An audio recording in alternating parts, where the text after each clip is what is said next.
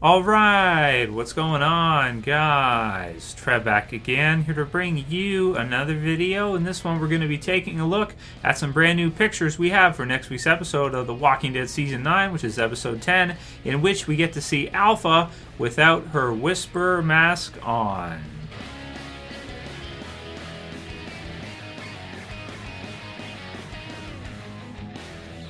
Alright, now I'll put the link in the description so you guys can go ahead and check out these brand new pictures we have for episode 10. So it looks like in episode 10 we're going to be getting to see some kind of a flashback sequence for the Whisperers, or at least for Alpha and Lydia, of maybe what they went through, or part at least of what they went through up to this time in the zombie apocalypse. Here is our first look at Samantha Morton, who plays Alpha in the Walking Dead television series.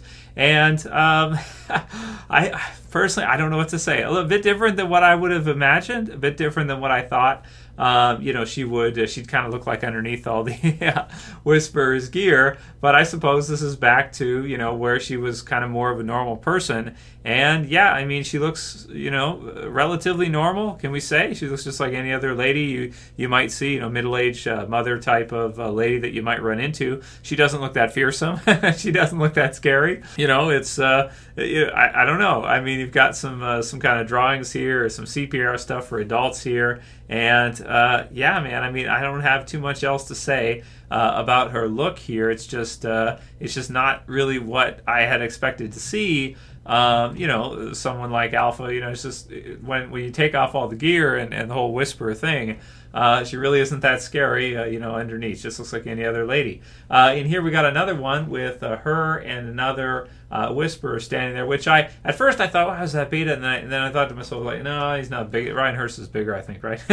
So at least I could be wrong in that. Leave a comment below. Let me know what you guys think about that, of who she's talking to here. But it looks like, just part of a regular run-of-the-mill kind of group, probably surviving in the zombie apocalypse, just trying to get by.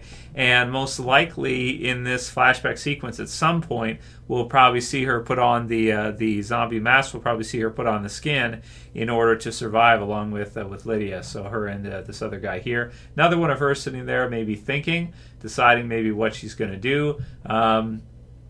Something of the sort where you have just random survivors in the background that we don't know anything about, really, right? Another one here with her, and is that a younger Lydia?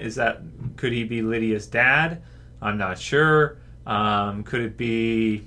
Geez, I don't know.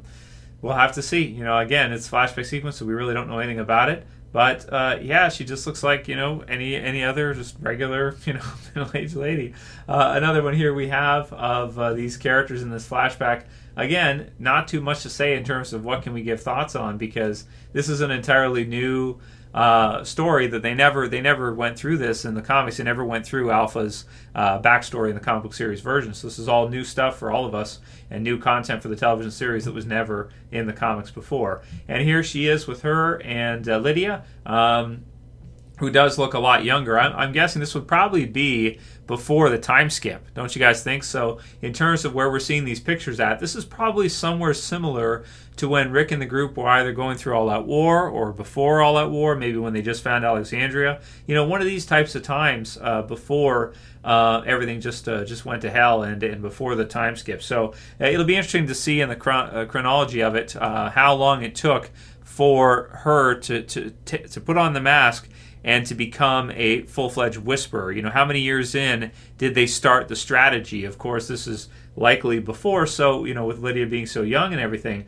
so maybe she did it in order to, maybe to get out of a bad situation, maybe pinned in by a bunch of walkers, and helping her daughter, Lydia, get away too, because, I mean, if you look at this picture right here, she does not look like she'd be able to fight her way through even a small group of zombies. We might have ourselves a Sam and Jesse type of situation if they tried to just to walk out without the skins on. And then we do have a couple of pictures here of Magna's group in and around the Hilltop, I'm taking it. So it looks like this one's at nighttime. I'm thinking that even if Tara ordered them to come back to the Hilltop and stay there, they probably would not listen if Luke is missing. I don't think anything would be able to stop them from getting out there and looking for him, because he's part of their group. And so they're not entirely assimilated yet into the joint survivors. They're kind of they're getting there, but they're still an outside group, and Magna's kind of defiant anyway, and Yumiko would probably want to go looking for Luke as well. So here you have the 4 of them out there, and then another one of them kind of at the walls, like Tara wanted them to do with the binoculars. Again, looking at something. Here we have a whole bunch of them. Daryl there too, just peeking right over. Do they maybe see something to do with the Whisperers? Who knows? I guess we'll have to wait and see. And there you have some Whisperers kind of on looking back at the Hilltop as well. Trail ends here. So yeah, man, we got lots of different questions from you guys, and I want to thank you guys for sending through everything. It's great to see some people excited over The Walking Dead again. I was under the impression that this might be kind of a sort of a lackluster premiere in terms of the fan base, and that not that many people would really come back and see it at this time, but I'm glad that I was wrong. As I can see, there's lots of you guys that still love The Walking Dead, lots of you guys that still want to watch it, even now that we are well underway with the post Rick time period in The Walking Dead, and he has splintered off into the movies. I'm glad to see, even after all the news of Michonne wanting to leave and everything else, a lot of people are still interested in watching the show. A lot of people are still interested in checking it out and seeing what they've got for us. And also was surprised that almost nobody watched it on AMC Premiere. From the comments that I got, I mean, there was a few people that maybe they watched it online afterwards, but for the most part, basically, I want to say pretty much nobody watched it in terms of your casual viewers. Almost nobody watched it on AMC Premiere. So I'm not sure how many people actually signed up for AMC Premiere at $5 a month. If they have 5 or 6 million people who watch these episodes through, if they're able to get 1 million people to sign up, it's $5 million a month, right? And if they stay for a year, okay, then they can do really well with it. And luckily, it sounds like they don't need that many, because from what I saw just here in the channel, it looks like not that many people actually did sign up for the AMC Premiere, at least compared to the amount of people that watch it. There may have been some, but it didn't look like there's that many in terms of doing the reviews. I was happy to see a lot of people wanted to talk about it this week. Last week, not so much. So maybe in the future, when they do premieres early, what I'll do is I'll wait until the official release to do it with the rest of you guys, knowing that basically everyone's going to watch it. 90 whatever percent are going to watch it on the regular premiere date instead of the early premiere date and have to pay the $5. So who knew? I didn't know that, but it makes sense, right? There's enough services and subscriptions people got to pay for now. It's going to be difficult for them to get a lot of people to sign up for that. But I'm glad they could get some with The Walking Dead, because it's going to help the series go on for more years. So it's not a bad thing they're doing it. I'm just saying that I'm kind of happy that everybody still wants to come in at the same time and talk about the episode after it's actually aired officially and not early with the premiere date. So, I thought that gallery was a bit strange. I hope you guys think it through. Leave comments below what you think about Samantha Morton's look as Alpha prior to the Whisper timeline. Most likely before some huge time skips there for Lydia. Way back in those pictures, she looks really young, so it must have been a long time ago, right? Maybe closer to the beginning of the zombie apocalypse outbreak or something of the sort. So that's cool. Also, if you guys didn't catch it, really cool from AMC. I didn't watch Ride with Norman Reedus, but if you didn't watch and you want to see it, it looks like Andrew Lincoln is a special guest in this most recent episode of Ride with Norman Reedus, which is really cool. So you got JDM, you got Norman Reedus, and you have Andrew Lincoln on there all together. So all together now. So to do it in English way, right? So it's the Beatles stuff. So the Beatles are back together. The gang is back together, right? That's really cool. And it's funny that they can literally do a show, because let's think about what Ride with Norman Reedus actually is. Okay, what it actually is Norman Reedus going around hanging out with people, riding motorcycles. That's a TV show. And I want to watch it. I at least want to watch the episode with him and Andrew Lincoln and JDM, because that just sounds like fun. And, I saw a video of it online there in the previews and stuff. So I got to see that. I'm not sure if it was in the in this episode of Ride with Norman Reedus or the next or whatever. I'll have to look more into that. But if you guys didn't see about that, you can check it out. That looks really cool, and it's just hilarious to me that they can literally launch a whole television series. And what year is Ride with Norman Reedus in? Like the 3rd or 4th season or something? It's well underway now. It's not like I remember when it premiered years ago. And you can't believe it's still on. All these other shows get canceled. Ride with Norman Reedus is still on. He just rides around on a motorcycle and hangs out with people, and people watch it. It's it's like how hard is it to do a TV show? You just get Norman Daryl to ride around on a motorcycle and you're good. Everyone will watch it. It's so funny, right? But I do want to see that episode because that sounds like kind of a special one to see through, just to see the guys hanging out because, you know, of course, how everything is shaped up for the TV series. That's very cool. Brian Atcham with our first Q&A question for this week says, why are the stupid Alexandrians letting Judith go off on her own? Did they forget that's how Carl died? It's true, man. The Alexandria, there's hardly any standout characters from Alexandria now. I mean, you literally have like Michonne, and then there's like Scott, who is Sonequa Martin Green's husband in real life, who played Sasha. So he's there. And I want to say that's like everybody else is like extras or like you don't even know them. You know what I mean? Like well, RJ and Judith, but everybody else who's there is like you don't even. I can't even think of anybody else that we really even know who still lives in Alexandria. It's weird how the show has become so focused more on the Hilltop right now as a location, but without vehicles. And you know, JDM Negan's got his motorcycle, but aside from the motorcycle. We don't get to see a whole lot. Well, Daryl's got his too. We don't get to see a whole lot of choppers or anything, a whole lot of bikes or cars or anything anymore. So it's all horseback. So in terms of them actually moving around and traversing between the communities, it's slow. It's going to be a lot slower than it used to be on horseback, right? So it's just strange to see so much focus on the Hilltop and almost hardly any at Alexandria. Just the stuff with Negan and Judith so far, I guess, from this half. EH says, Daryl shooting that whisper in the leg to get him to reveal himself was pretty freaking epic. That felt like something Rick would do. Also, Norman revealed on The Talking Dead that the scar thing is something that only Daryl and Michonne know about and experienced. Also, Judith Grimes to Negan, I'm a kid asshole. So that's great. It's adorable. I really like the relationship between Negan and Judith. I think they're going to use it a lot in the future. They're going to be like a duo. It's going to be funny, and I hope that we see Negan for at least a few more years to come in The Walking Dead.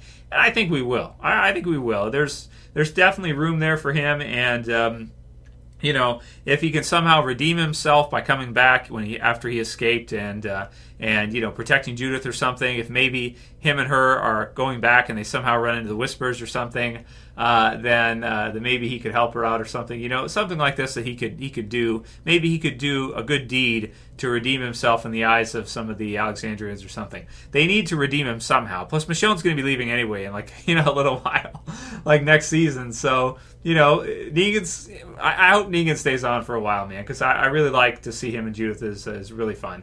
Anna Hunt says they need to use JDM more. He is such a good actor. He's amazing, dude. Obviously, him as Negan. I was wrong when I complained a little bit at the beginning about him, you know, being casted because he has been basically perfect. Like he has been amazing. He's been hilarious when he needs to be. He's been intense when he needs to be. It's been a lot of fun to see him in the series, and he's been in the series now for a few years. So.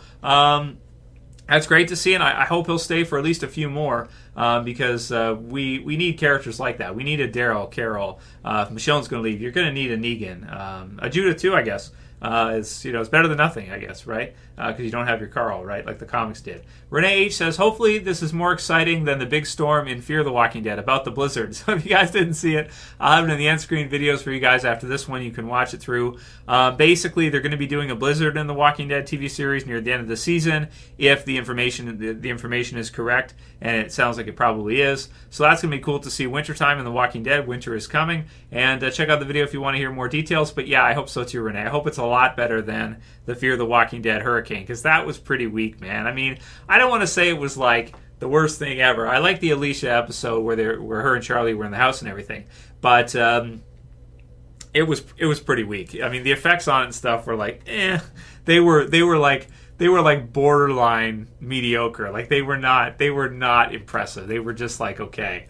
So what can you do? Fear's budget probably doesn't allow for too much. But we saw some pretty cool stuff in Z Nation, and as far as like Zombie NATO goes, and it probably looked even better than what they did in Fear, although granted a bit silly too. But it even looks silly in Fear a little bit. Who's Salomon A says, Trev, do you think the same people who died in the comics during the fair will die in the episode The Storm, or do you think it will be different characters? So it kind of has to be different characters, as somebody else pointed out in the comments. They can't do it exactly the same as the comics.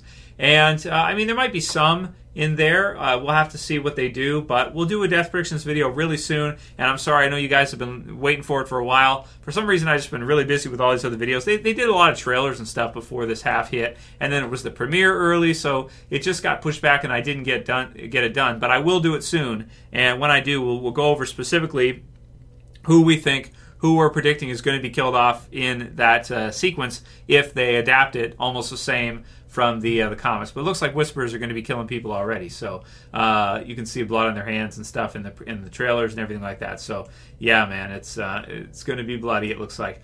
55 Bueller says, I loved Alpha saying trail ends here way more than don't move. If something happens to Alden, does that make Enid the Sophia of the show with the Henry Lydia thing? Yeah, I guess it kind of would, right? It's sort of in a way. They could kind of adapt it in that way. But I don't think Alden, or, well, maybe they kill Luke off because he's, I don't know if I could really picture him being a long-term survivor. He doesn't look like he has what's required to survive. Even though the roster's light, I'm not sure about him. But Alden, I think, will be fine. You need some, again, you need some Hilltop characters. And again, with Walking Dead, man, it's like, you think about all the characters they have. Dude, they have like nobody. How are they going to keep having character deaths all the time when they don't even have barely any characters that are standouts? You know what I mean? Like, they have almost no characters. How can they even kill off anyone? It's like, how are they even going to do this fair thing? Because they don't even have the characters to do it. It's going to be really, really tricky. And I wouldn't be surprised if majority of it was all like red shirts and unknowns, that type of deal. Like characters like, oh, that was so-and-so from the Hilltop. He was with yada yada, and those are his parents. Now they're mad, something like that, right? Like we saw at the beginning of the season. There was a good example with what's his name. Yeah, good stuff. So Ash Williams says, I think maybe we'll get a solo episode with how Dwight found Sherry and she died, so he set out on a journey and ends up in Texas by the end of the episode in Fear the Walking Dead. So just to update you guys on this one, Dwight's going to Fear the Walking Dead. He thinks, Ash is predicting here that we might see an episode flashback for him about maybe finding Sherry or something to do with that. And I hope so, man. I really hope we get to see Dwight reunited with Sherry again, and maybe they can get back together. He can forgive her for whatever happened. I don't know. But Negan really did kind of screw that up for both of them. So maybe they don't go that route. But I am excited to see Dwight in Fear the Walking Dead. And I would like to see Sherry back again. But again, the actress, if she's got another show or something like that, she might not be interested in doing it. She may not want to. And they could just as easily say that Dwight went out, he left like Daryl told him to do, and he never found Sherry. And that totally makes sense as well, too.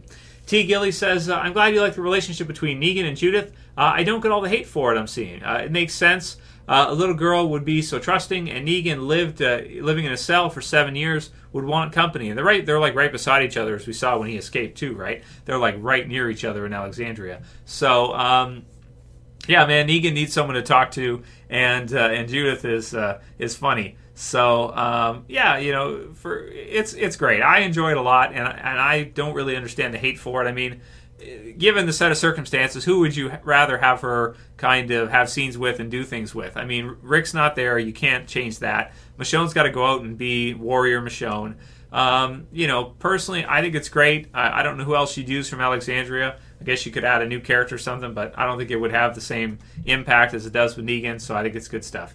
Maz Decon says, I still like how they all felt justified to kill hundreds of people because one person killed 2 people of them because they had killed like 20. Yeah, that's the scene with the where Negan goes back through and he goes over the Glenn and Abraham kind of burial, or not burial, but head bashing site with all the gravel everywhere. And the thing about it is that's the thing with me too. When I go over and I see it again, I think like in my mind too for Maz, the first thing that popped in my mind too is like, okay, yes, that's true that he killed Glenn and Abraham, but he could have killed a lot more. He could have killed them all if he wanted to. And Rick and the others had cleaned out entire outposts with, like you said, a couple dozen survivor or saviors. And then during the war, there was a lot of casualties on both sides. And Daryl was on a rampage, and Morgan was on a rampage. So it's like, yeah, is what Negan and the Saviors did right? No, it isn't. But as we got to see later on, once they weren't able to do that, they basically capsized. The sanctuary is not a place where you can really grow anything or do anything. So they kind of all had to leave. So as a group, that's sort of what their way of life was. So yeah, man, it's what it is, and Negan certainly isn't perfect, but I don't think he's really the big bad. Alpha might be worse in terms of how vicious she could be. We'll see. But even with her and the Whispers, the survivors got the thumb up on them already like crazy. They've killed a whole bunch of Whispers, and the Whispers have only killed like Jesus, and maybe this episode coming up they might kill a couple more, but not that many. Last one will be from Sam Squasham SH, who says, a Canadian that doesn't like to lie, because I said in one of my recent videos that I don't like to lie in my review. And then he says, LOL, way to own your stereotype, Trev. I do. I do own my stereotype. I don't like to lie. I say sorry way too much, like all the time. If you guys heard me throughout the day, you realize that I say sorry like 50 times a day. Like even for stuff that I take responsibility and I apologize for stuff that I shouldn't. You know what I mean? It's like a really bad habit. It's like, don't say sorry if you didn't do anything wrong, because then people try to point you as like being like if you say sorry for something, then it's like people take it as you're taking responsibility for it. So yes, I am. That's very true. I am very Canadian that way, and I do stick to the stereotype quite a bit, pretty well. So that's it for this video, guys. If you liked it, please thumb it up below. Let me know how you guys are feeling. How are you guys doing after that first episode? I'm feeling pretty excited for this year. I think we're going to have a really fun year with lots of great episodes of Walking Dead. Fear looks good too, and of course there's Game of Thrones and Stranger Things Season 3. Lots of good stuff coming up. Very excited. And leave comments below. Let me know where you guys are at. We'll do lots more Q&As this week leading up to episode 10. And I'll see you guys again soon. As always, it's Trev, and I'm saying peace. Later, guys. See you soon.